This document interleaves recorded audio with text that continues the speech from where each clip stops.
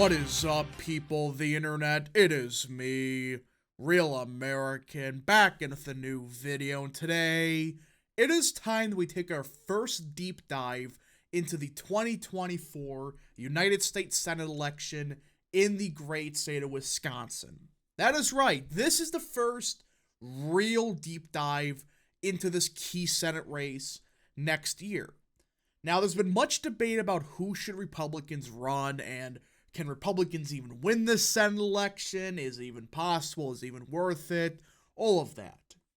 Now, before we continue today's video and answer those key questions, I hope you enjoy these type of videos. If you do, smash the like button down below, subscribe, share with your friends, hit that little bell, follow the social media accounts in the description down below, and of course, join the channel today. Guys, just for $1 a month, you can join Real American. This is the best way to support the daily content we all know and love. You love the daily content? Well, this is the best way to support it. So I hope and recommend you join the channel today. Alright, everybody. So, like I said, there's been much discussion and debate about can Republicans even win this? Is it possible? All of that. So we're going to take a deep dive into this. Now, before we get into the Republican side, it's time we take a step back and look at who the Democrat is. Tammy Baldwin. She's been the senator since 2012. And let us go back to the year of 2012. This is when Tammy Baldwin was first elected senator of the great state of Wisconsin, my beautiful state. Now, the thing about Baldwin in 2012 is two things. One, she did actually slightly worse than President Obama. As you see here, Obama got around 53%. She got around 51.5%. Well, Tommy Thompson, the former governor of the state, he actually did about the same as Mitt Romney. In spite of this, look at all these counties in northern Wisconsin. Look at a place like, this is just an example, but look at Chippewa County. Romney, he won the county by 100 votes or so. Tammy Baldwin, she won this county by 100 votes. Look at Pierce. Pierce went to Romney by 130 votes. Well, Baldwin won it by 400. In spite of this, Baldwin did worse statewide than President Obama. But what does this mean? Well, put it simply, look at all these northern counties. There is a unique appeal Tammy Baldwin has with voters in northern Wisconsin, western Wisconsin, all of that. But you notice when you look at Waukesha, you look at Washington, you notice that the margins between Thompson and Romney, there's really no big difference. The overperformance for Baldwin comes from northern Wisconsin, the more rural, working-class part of the state. And you can just look at all of them. Sawyer County, Obama won by half point. Baldwin won by 2.5. This is in spite of doing worse than Obama statewide by a few points, not just by 0.1%. Even look at Brown County. Look at this. Thompson won it by around a point. Well, it's about the same as Obama or Romney won it by. So that's the key difference between Baldwin and other Democrats. She still has a unique appeal in the northern woods in particular. And you can look at, 2018, even a better example. Look at Marathon. Luckmer only won here by 5. For reference, Trump won here by 18. This is in spite of Baldwin doing only 9 points better than President Biden in some of these areas, like 9 points statewide. Look at Waukesha. Luckmer actually did better than Donald Trump in spite of doing 11 points better, or 8 points worse than Trump statewide. So what does this tell you? Put it simply, you don't beat Tammy Baldwin by running somebody from frickin' Waukesha. That isn't the problem. I'm getting sick and tired of some of these people that think Waukesha carries the GOP. Baldwin underperforms other Democrats in Ozaukee, Waukesha, Washington, comparatively in recent years. Where she runs it up is the northern woods. This is the part of the state that kills Republicans. Do people not understand this? I mean, let's just look at some of these. Look at Lincoln County. Vookmere only won by 3.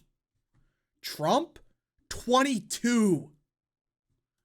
I mean, Tammy Baldwin got more raw votes than President Biden in a lower turnout election. And I can guarantee you can look at a bunch of these other counties. It's the exact same deal.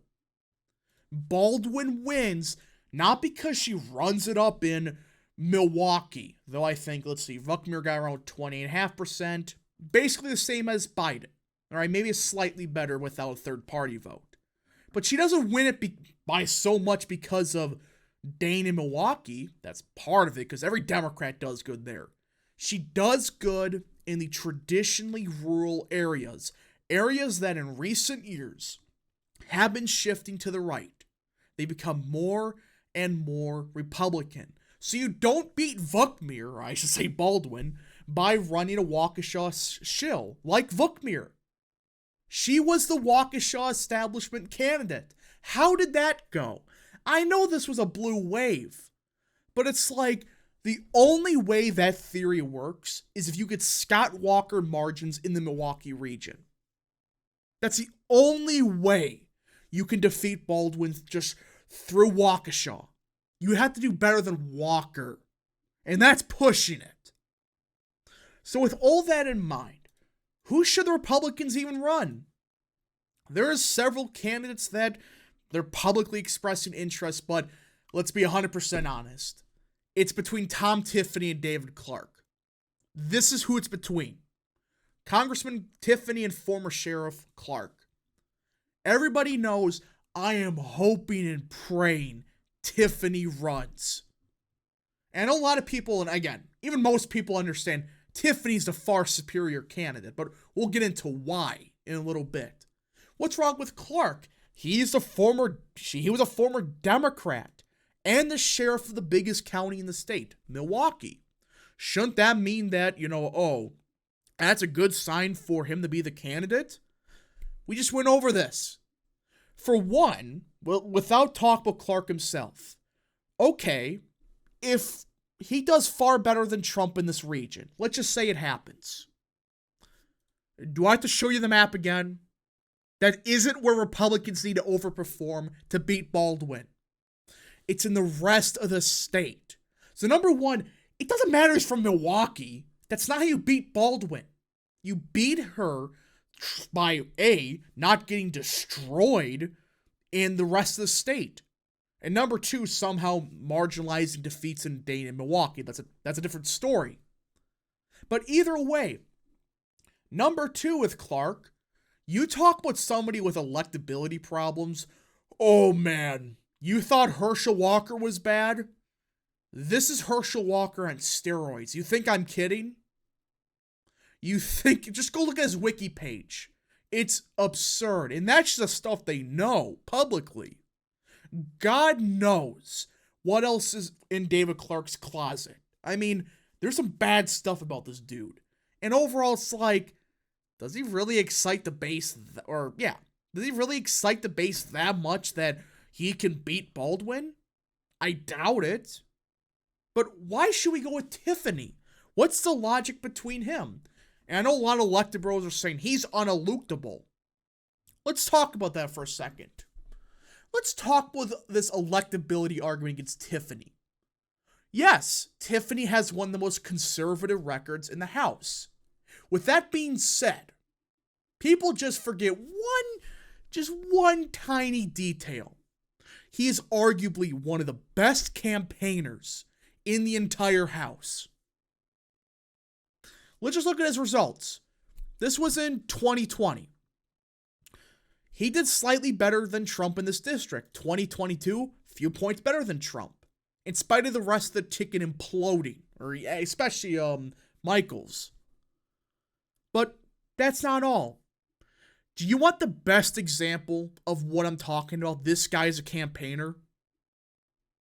Look at the Supreme Court election. Oh gosh, we're opening wounds too quickly, but look at this.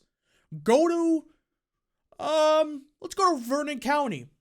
Dan Kelly lost this by 10. In spite of, trying to find this right here, in spite of Trump winning the county by 5. But he only did 10 points worse statewide. Only. He did 10 points worse statewide. But he did 15 points worse in Vernon. You go to Grant County. Kelly lost it by 2. Trump won it by 13. 15 points. Lafayette, 2-point defeat. 14-point victory for Trump. Notice the trend? This part of the state, the southwestern Wisconsin, the Driftless region. Now go to Marathon County. Kelly, well, he won it by 12. President Trump won it by 18. Lincoln County, Kelly won it by 14. Well, Trump won it by 22. You notice the math? Around an 8-point shift. The state shifted 10 points to the left compared to 2020. The region that Kelly, outside of frickin' Waukesha, which I think just proves that it's, even in a 12-point defeat, Democrats are still losing Ozaukee, Waukesha, even Racine at this point. The biggest overperformance of Kelly came from northern Wisconsin. And you know why this happened, mostly? Tom Tiffany barnstormed this entire district for him. He did. He was one of the most active congressional candidates in the entire election.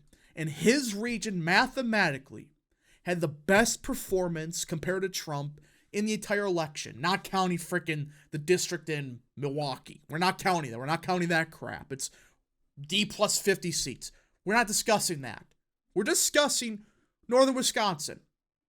Tiffany shows, even in an off-year election like this, he has impact. And you notice what region this is? The part of the state we've been talking about. Northern Wisconsin.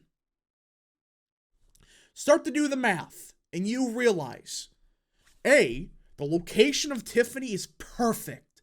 The northern woods is the problem here. Again, I'm not even saying Tiffany will or won't win. I'm just saying, geographically, it makes the most sense. But campaigning-wise, makes double sense. His region didn't collapse for Kelly like southwestern Wisconsin. Like even the Green Bay area. Look at this. Protestants won by 4 in Brown. How much did Trump win by? 7. That's an 11-point shift. That's what I'm saying, everybody. I'm not even saying we're going to win this election, but for down ballot purposes, even up ballot when you think about it, Tiffany's our best option. It's not because, he's perfect on the issues. I think he is. It's not because of that. But he's just our best candidate. David Clark is insane, and the other two bozos, they had no chance at a primary. It just logically, Tom Tiffany of the publicly expressed interest candidates, he's the one that I trust the most, could potentially pull it off. And every metric shows I'm not saying he will, I think he will have the best performance of any Republican against Baldwin. As of now. Could things change? Absolutely. But all the metrics indicate that Tom Tiffany is surprisingly a good recruit. He's well liked within his district, a district that, mind you, Baldwin runs up margins in compared to other Democrats still. He's a great campaigner. He doesn't piss off any of the GOP base. We've shown that in Waukesha, you don't win through Waukesha at this point. Yes, you got to make sure you don't get below 60. That's part of it. You win by, not this. Not doing this result right here. I mean, again, go look at 2018. Look how bad Vuckmere did up here in the northern woods. Driftless is part of it, but just look at some of these results. This is how we can potentially beat Baldwin. It's not likely. It's going to be a hard hard race either way. But I just think overall, our best option is Tiffany.